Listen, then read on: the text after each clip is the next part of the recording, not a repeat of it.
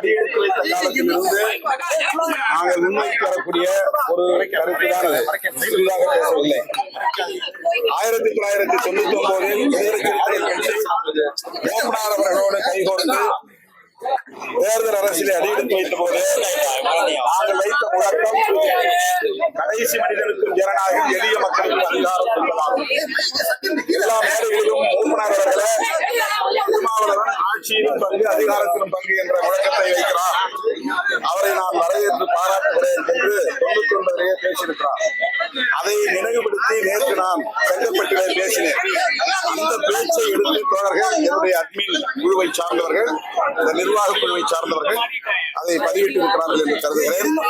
ஏன் அதை திரும்ப எடுத்தார்கள் என்று தெரியவில்லை. இன்னும் அவர்களை நான் தொடர்பு கொண்டு பேசுகிறேன். அப்படிலாம் ஒண்ணு கிடையாது. நான் டெல்லியில இருந்து பிளைட்ல வந்தேன். இறங்கின பிறகுதான் மதுரையில சொன்னாங்க. இனிமேதான் புதுசா வச்ச கோரிக்கை அல்ல, இப்போது வச்ச கோரிக்கை அல்ல. நாங்க எப்பவுமே தொடர்ந்து சொல்லிட்டு இருக்கிறதா, அதிகாரம் பகிர்ந்தளிக்கப்படணும், எளிய மக்கள் கையில் அதிகாரம் வந்தாதான் உண்மையான ஜனநாயகமா இருக்கும் அப்படிங்கறத 99 அடி எடுத்து வைக்கும் போது நாம் நெய்வேலியில சொன்ன முழக்காது. அதை கேட்டுட்டுதான் மூப்பனார் இங்க மதுரையில முதல்ல தேர்தல் பிரச்சார பொதுக்கூட்டம் முதல் முறையா மதுரையில தான் நாங்க கலந்துக்கிட்டோம் மூப்பனாரோட.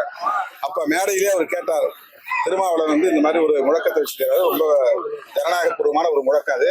அதுல நான் முழுமையா உடன்படுறேன்.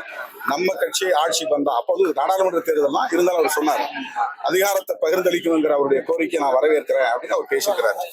அதை நான் நேற்று செங்கல்பட்டு நடந்த கூட்டத்துல, மறைமலை நகர் நடந்த கூட்டத்துல நினைவுபடுத்தி அதை மேற்கோள் காட்டி பேசினேன். அந்த உரைதான் போட்டிருக்காங்க. அதனால ஒன்றும் தப்பு கிடையாது. எப்பவுமே இப்ப என்ன ஜனநாயகத்துக்கு விரோதமான ஆட்சி நடந்துட்டு இருக்கு அப்படி இல்ல. ஜனநாயக பரவலாக்கத்துல அதிகார பரவலாக்கம் முக்கியமானது, ஒரு பங்கு, ஒரு முக்கியமான ஃபேக்டர் அது. அதை எப்பவும் பேசலாம், எப்பவும் கேட்கலாம். அது ஒன்றும் தப்பு கிடையாது. எலெக்ஷன் நேரம் நான் கேட்டிருந்தா 2021 தேர்தலில் கேட்டிருக்கணும். அப்படின்னா 2026 தேர்தலில் தான் கேட்க முடியும். இப்ப அவங்க என்னுடைய உரையை எடுத்து போட்டு டைட்டில் போட்டுருக்காங்க. அது என்ன காரணம்?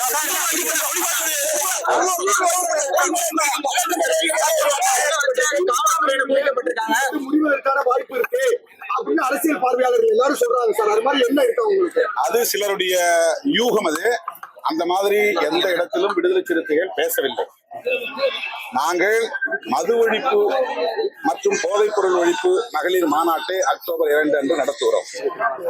பத்திரிகையாளர் சந்திப்பிலே அவர்கள் கேட்டார்கள்.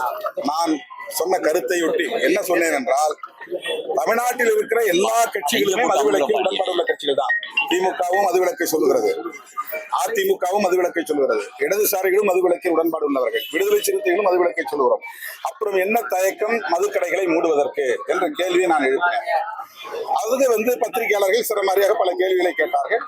அப்போது தன்னியல்பாக நான் சொன்னேன், யார் வேண்டுமானாலும் இதில் நாம் பங்கேற்கலாம், எல்லா கட்சியினருக்கும் தான் பொதுவாக நான் அறைகூவல் விடுக்கிறேன், அதிமுகவும் கூட பங்கேற்கலாம், ஏன்னா அவங்களுக்கு உடன்பாடு இருக்கு என்றுதான் சொன்னேன். சொல்லும் போதே சொன்னேன், எலெக்ஷனுக்கு இதையும் முடிச்சு போடக்கூடாது, இது மக்களுடைய பிரச்சனை. இப்ப காவிரி நீர் பிரச்சனைக்கு எல்லாரும் ஒண்ணு சேரணும்னு நம்ம சொல்றோம், ஈழத்தமிழர் பிரச்சனையில எல்லாரும் ஒண்ணு சேரணும்னு சொல்றோம். அந்த மாதிரி மது ஒழிப்பு பிரச்சனைக்கு பிஜேபி உட்பட எல்லாரும் ஒண்ணு சேரணும். ஆனா எங்களுக்கு பிஜேபியோட சேர முடியாத ஒரு நெருடல் இருக்கு. பாமகவும் மது ஒழிப்பு சொல்லக்கூடிய கட்சி தான். ஆனா விடுதலை சிறுத்தைகளுக்கும் பாமகவுக்கும் கடந்த காலங்களில் கசப்பான நிறைய அனுபவங்கள் இருக்கு. அதனால நாங்க ஏற்கனவே ஒரு முடிவு எடுத்துட்டு நான் சொன்னேன், சாதிய மதவாத சக்திகளோடு எங்களால் எந்த காலத்திலும் சமரசம் செய்து கொள்ள முடியாது. மற்ற கட்சிகள் யார் வேண்டுமானாலும் வரலாம், திமுகவும் வரலாம், அதிமுகவும் வரலாம், இடதுசாரிகளும் வரலாம் என்று அந்த கேள்விக்கு நான் விடை சொன்னேன். இதை ஊதி பெருக்குகிறார்கள். இப்போது நாங்கள் திராவிட முன்னேற்ற கழக தலைமையிலான கூட்டணியில் தான் இருக்கிறோம், தொடர்கிறோம். அதில் எந்த விதமான சிக்கலும் இல்லை.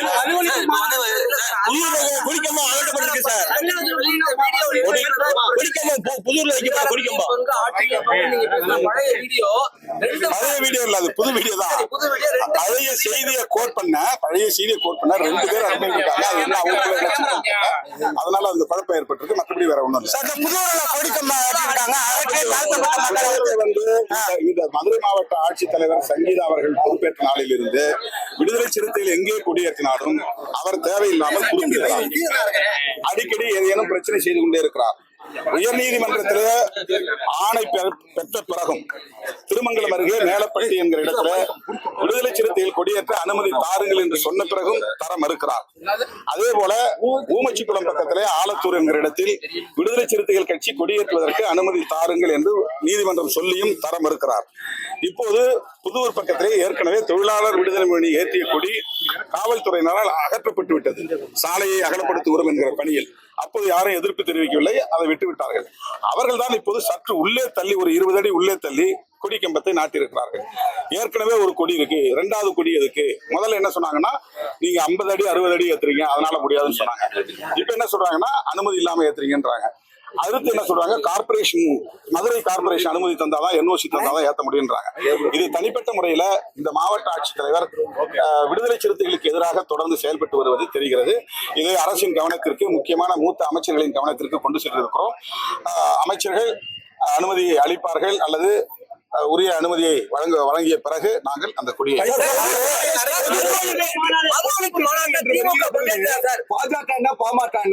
எல்லாரையும் ஒன்னா கூப்பிட அவங்களோட பாஜக பாமகவோட சேர்ந்தா மறுபடியும் நாங்க கரெக்ட் ஆயிரும். அவங்க ஃபண்டமெண்டல் பாலிடிக்ஸே காஸ்ட் அண்ட் ரிலீஜன் தான். அதனால அவங்களோட சேர்ந்து எங்களுக்கு ஏற்கனவே பாமக சேர்ந்த ஒரு அனுபவம் இருக்கு. அந்த அனுபவத்தால நாங்க ஒரு ஸ்டாண்டிங் ஆர்டர் மாதிரி அதை எடுத்துட்டோம். அந்த முடிவு நாங்க எடுத்துட்டோம். அதனால நாங்க அவங்க தனியா பாமக மது ஒழிப்பு நடத்தினா நாங்க வரவேற்காது, எங்களுக்கு ஒன்றும் பிரச்சனை இல்லை. நாங்க நடத்துற களத்துல எங்களால இணைய முடியல. அந்த அளவுக்கு எங்களுக்கு கசப்பான அனுபவத்தை அவங்க தான் கொடுத்தாங்க. நாங்க கை கோர்த்தோம், 5 ஆண்டுகள் கை கோர்த்து பயணம் பண்ணோம். திடீர்னு எங்களுக்கு எதிராக திரும்பி அவதூறுகளை பரப்பினாங்க.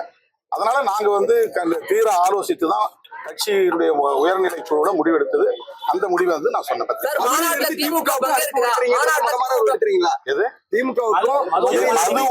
மது ஒழிப்பில் உடன்பாடு உள்ள யாரும் கலந்து கொள்ளலாம் என்று நான் அங்கே சொன்னேன். அதை மீண்டும் வழிமொழிகிறேன். யார் யாரை அழைப்பது என்பது குறித்து இன்னும் நாங்கள் முடிவு செய்யவில்லை. யாருக்கும் அதிகாரபூர்வமாக நாங்கள் அழைப்பு விடுக்கவில்லை. இருப்பது இன்னும் 15 நாட்கள் தான். நாங்கள் உயர்நிலை குழுவிலே முடிவு பண்ணி யாரை அழைப்பது என்று முதல்ல நாங்கள் என்ன முடிவு பண்ணிருக்கோம்னா, இது மகளிர் மாநாடு என்பதனால் தேசிய அளவில் மகளிர் அணி தலைவர்களை அழைக்கலாம் என்றுதான் நாங்கள் முடிவு செய்திருக்கிறோம். இது பத்திரிகையாளர் கேட்ட கேள்விக்கு நான் சொன்னேன். மது ஒழிப்புல எல்லாருக்கும் உடன்பாடு இருக்கு. திமுக 2016 தேர்தல் அறிக்கையில மதுவை ஒழிப்பும் சொல்லியிருக்காங்க. அதே மாதிரி அதிமுகவும் தேர்தல் அறிக்கையில மதுவை ஒழிக்கணும், மதுக்கடையில போடணும்னு இருக்காங்க. அப்போ 2 கட்சியும் பெரிய கட்சி, ஆண்ட கட்சி, ஆளுங்கட்சி. அதுக்கடுத்து எல்லா கட்சியிலுமே மது விலக்கில் உடன்பாடு உள்ளவர்களா இருக்கிறாங்க. பாதிக்கப்படுகிற பெண்கள், கண்ணீர் விடுகிற பெண்கள், விதவைகள் பிரச்சனையை பேசாம, அந்த வலியை பற்றி பேசாம, கூட்டணி கணக்குகளை பற்றி எல்லோரும் இதை திசை திருப்புகிறார்கள், மடைமாற்றம் செய்கிறார்கள். கண்ணீர் விட்டு கதரும் தாய்மார்களின் உணர்வுகளை வெளிப்படுத்துவதற்காகத்தான் இந்த மாநாட்டை நடத்துகிறோமே தவிர இதில் எந்த தேர்தல் கூட்டணி கணக்கே இல்லை. மறுபடியும் நான் சொல்லுகிறேன், தேர்தல் கூட்டணி கணக்கு இந்த அரசியலில் இல்லை. இதை நான் தேர்தலுக்காக நடத்தினேன்னா இதை விட அசிங்கம் வேற எதுவும் இல்லை. நான் நடத்துற இந்த மாநாடு தேர்தல் கூட்டணி கணக்கின் அடிப்படையில் நடத்தினா அது எனக்கு மிகப்பெரிய அசிங்கம். நான் அந்த அடிப்படையில் செய்யவில்லை. உள்ளபடியே கண்ணீர் விட்டு கதரும் தாய்மார்களின் உணர்வுகளை மதித்து அவர்களின் எதிர்பார்ப்பை நிறைவேற்றக்கூடிய வகையில் தான் இந்த மாநாட்டை நான் அறிவித்தேன்.